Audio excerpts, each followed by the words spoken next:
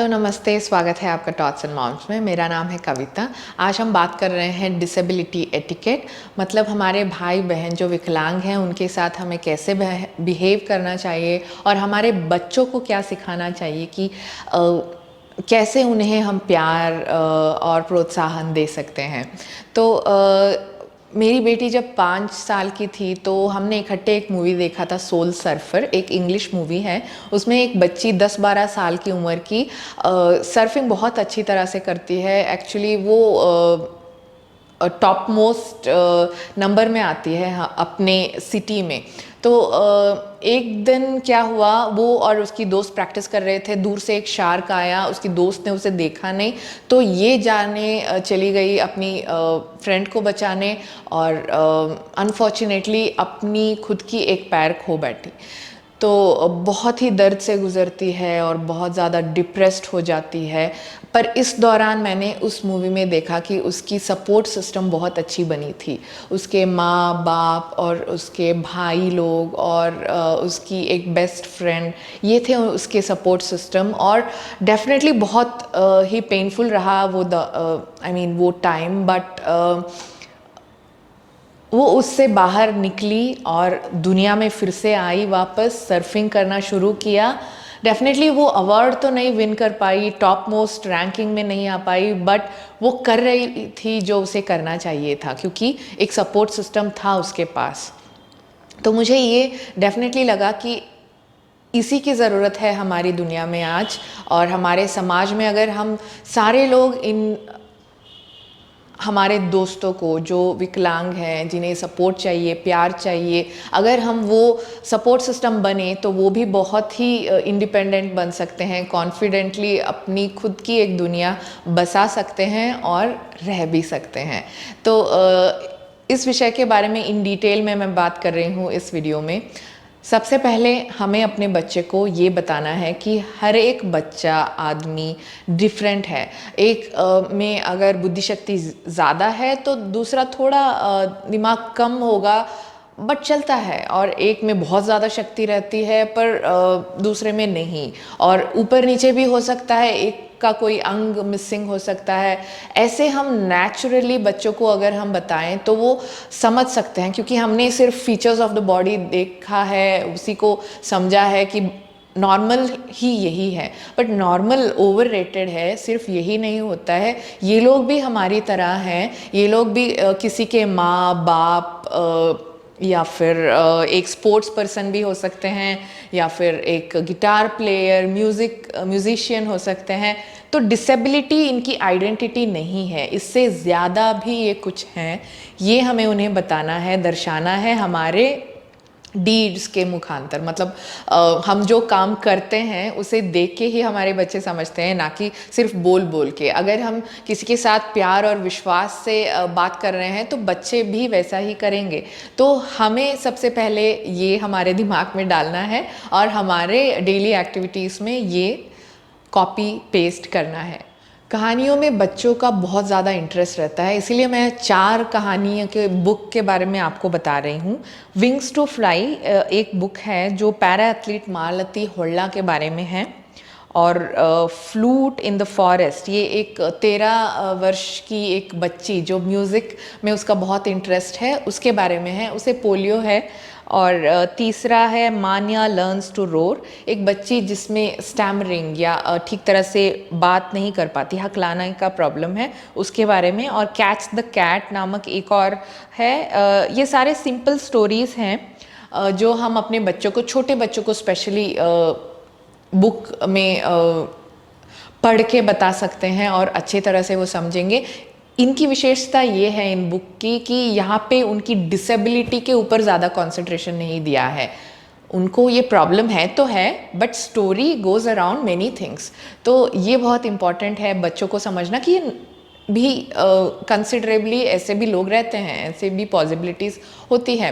But in any way मैं ये बताना चाहूँगी हमारे बच्चों को, जब हम ये बताते हैं कि वो हमारी तरह ही हैं, हमें ये नहीं बताना कि उनका जीवन भी हमारी तरह ही होता है, क्योंकि उनमें बहुत ज़्यादा फाइटिंग स्पिरिट होनी चाहिए, क्योंकि उनके जीवन में, लाइफ में बहुत ज़्यादा चैलेंजेस रहता है, सिर्फ हमारी तरह ही नहीं होता है। तो ये थोड़ा सा जो डिफरेंस है हमें बहुत केयरफुली बताना है उन्हें, वरना ये समझ बैठेंगे बच्चे कि उनका जीवन भी हमारी तरह एक्चुअली नॉर्मल चल सकता है, but definitely with some challenges.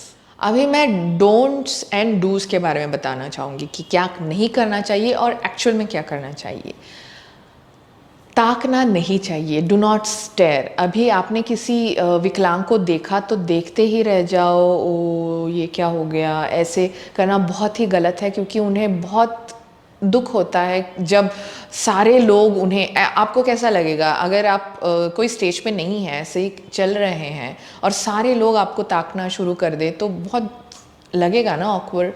तो प्लीज़ उन्हें ऑकवर्ड फील मत करवाइएगा। और पिटी या अंडर एस्टिमेट नहीं करना है हमें।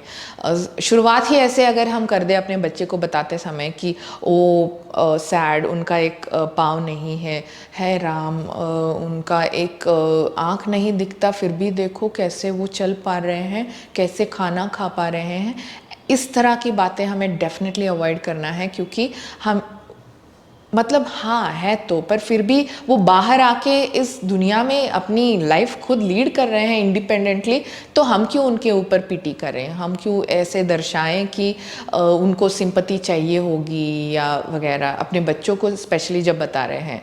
तो ऐसे भी होते हैं कई सिचुएशन में। अभी मैंने शबाना आज़मी और एक लड़की जिसको एसिड अटैक हुआ है, उसकी एक स्टोरी है, आई एम सॉरी उस लड़की का नाम मुझे याद नहीं है, बट बहुत ही प्यारी सी वो स्टोरी है। वो एक एड एजेंसी में अपना इंटरव्यू दे के आती है, सेलेक्ट हो जाती है, और पहला दिन उसका ऐसे रहता है कि सब लोग उसकी आइडेंटिटी के बजाय, मतलब उसकी जो प्रॉब्लम है उसे ही उसकी आइडेंटिटी बता देते हैं। वो कहते हैं कि हम आपको अपने कैंपेन में, पोस्टर में वगैरह दिखाना चाहेंगे, क्योंकि हम बताना चाहते हैं कि हम इंक्लूसिव हैं, मतलब ऐसे लोगों को भी हम अपने ऑफिस में जगह देते हैं। तो ऐसा लोग होना ही उनका आइडेंटिटी नहीं होता है। She may be a good artist, उससे देखो, उसका काम देखो। और अवार्ड फंक्शन में हमने ऐसा भी देखा है कई कबार कि स्टोरी टेलिंग में इन्होंने फर्स्ट प्राइज़ जीता है विकलांग होने के बावजूद। तो चला ही गया उनका टैलेंट पानी में, क्योंकि आपने बता दिया कि वो विकलांग है और इसी वजह से शायद उन्हें ये मिला वगैरह। पता नहीं आप क्या क्या पॉइंट आउट करना चाहते हैं। तो डेफिनेटली अंडर एस्टिमेट मत कीजिएगा, उनकी आइडेंटिटी, उनकी डिसेबिलिटी नहीं होती है। डू नॉट बुली और गॉसिप, मतलब उनके बारे में पीठ पीछे कुछ बातें करना कि उसका पैर नहीं है, देखा तुमने, फिर से फिर भी वो मार्केट जाके कैसे शॉपिंग करके आती है, उसको एक आँख दिखता नहीं है और आके यहाँ पे हमारे साथ फ्रेंडशिप करने आ गई। ऐसी बातें हमें नहीं बात करना। ये सारी एक्चुअली मैं बच्चों के पॉइंट ऑफ व्यू से मैंने ये आर्टिकल लिखा, पर मुझे लगता है हमें ये जानना बहुत ज़रूरी है, क्योंकि हम बच्चों के रोल मॉडल हैं। जो हम करते हैं वो हमारे बच्चे देखते हैं। तो अगर हम किसी के बारे में अच्छा नहीं बोल पाते तो बुरा डेफिनेटली हमें नहीं बोलना है। और do not use terms, I would say cruel terms मत यूज़ कीजिएगा, जैसे वो विकलांग हैं और वो अंधे हैं, वो बहरे हैं, ऐसे हम आजकल तो डेफिनेटली यूज़ नहीं कर सकते। स्पेशली एबल्ड हैं ऐसे इंग्लिश में बताया जाता है, हिंदी में मुझे एक्चुअल टर्म नहीं मिला कहीं भी, पर ऐसा अच्छी तरह से हम अगर बोल पाएँ तो बेहतर है, वरना उनका तो नाम है जिसे हमें लेना ही है। अभी किसी से बात कर रहे हो, पिछली बार तुम अपने दोस्त को ले आए थे ना जिसका एक पाँव नहीं था, उसका कैसा चल रहा है लाइफ, ऐसे पूछने से बजाय आप पूछ सकते हो पिछली बार जब हम मिले थे आपसे तो आपके साथ कोई आए थे, उनका नाम क्या है, कैसे हैं वो। तो नाम रहता है, disability is not an identity, नाम से उनके बारे में बात कीजिएगा। और आखिरकार मैं ये बताना चाहूँगी कि हाँ, उनमें डिसेबिलिटी है, do not jump to help. अभी उनको हेल्प चाहिए कि नहीं, हमें उनकी परमिशन लेनी है। ऐसा नहीं कि किसी को देखा आपने लंगड़ाते हुए और उन्होंने एक बैग कैरी किया है तो सडनली जाके उनका बैग उठा लो और रख दो क्योंकि आपको अच्छा लगता है या फिर आपको दिखाना है कि समाज में कि मैं भी हेल्प कर रहा हूँ।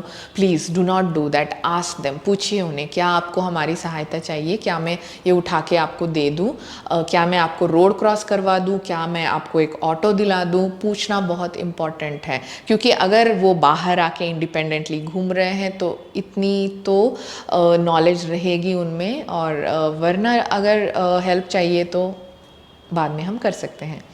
तो मुझे जो भी पॉइंट लगे बहुत इम्पॉर्टेंट है मैंने कवर किया है। अगर कुछ मैंने मिस आउट कर दिया है तो डिस्क्रिप्शन बॉक्स में बताइएगा, और हमारा ये वीडियो प्लीज़ ज़्यादा से ज़्यादा लोगों तक पहुंचाइएगा क्योंकि बहुत ज़रूरी है इंक्लूसिव रहना। हमारे समाज में सब तरह के लोग हैं, हम सभी से ये समाज बनता है और हमें उन्हें प्यार देना है, उनको ये विश्वास दिलाना है कि हाँ थोड़ा डिफरेंट है आप, पर आप भी एक अच्छी लाइफ लीड कर सकते हैं इंडिपेंडेंटली, कॉन्फिडेंटली, स्ट्रॉन्ग विल्ड होके। और हमारे बच्चे जो हैं वो भी हमसे ये सीखे तो बेहतर रहेगा, है ना। और दिशा ने उस दिन डेफिनेटली बहुत सारे प्रश्न पूछे थे उस मूवी के दौरान। माँ उसका पाँव नहीं है, माँ देखो वो कैसे चलेगी, अभी वो कैसे स्कूल जाएगी वगैरह। तो ये मूवी देखने के बाद उसे पता चला कि हाँ थोड़ा मुश्किल है, पर वो जा रही है नॉर्मल लोगों के साथ अपना लाइफ लीड कर रही है। तो ऐसे कोई मूवीज़ मिले या फिर बुक रेकमेंडेशन मैंने जो बताया है वो डेफिनेटली दिखाइएगा अपने बच्चों को, बैठ के उनके साथ देखिएगा। और हम मिलते हैं अच्छे अगले वीडियो के साथ। प्यूबर्टी के बारे में बात करनी हूँ अपने अगले वीडियो में, मतलब जब बच्चे बड़े होते हैं उनमें जो चेंजेस होती है 8 साल 9 साल 10 साल के दौरान लड़के में और लड़कियों में दोनों के चेंजेस प्यूबर्टी के दौरान, और उसके बारे में कैसे बात करना है, कब बताना है और वगैरह डिटेल्स उस वीडियो में मिलेंगे। तो फिर से मिलते हैं अच्छे अगले वीडियो के साथ। तब तक के लिए शुक्रिया, नमस्कार और बाय।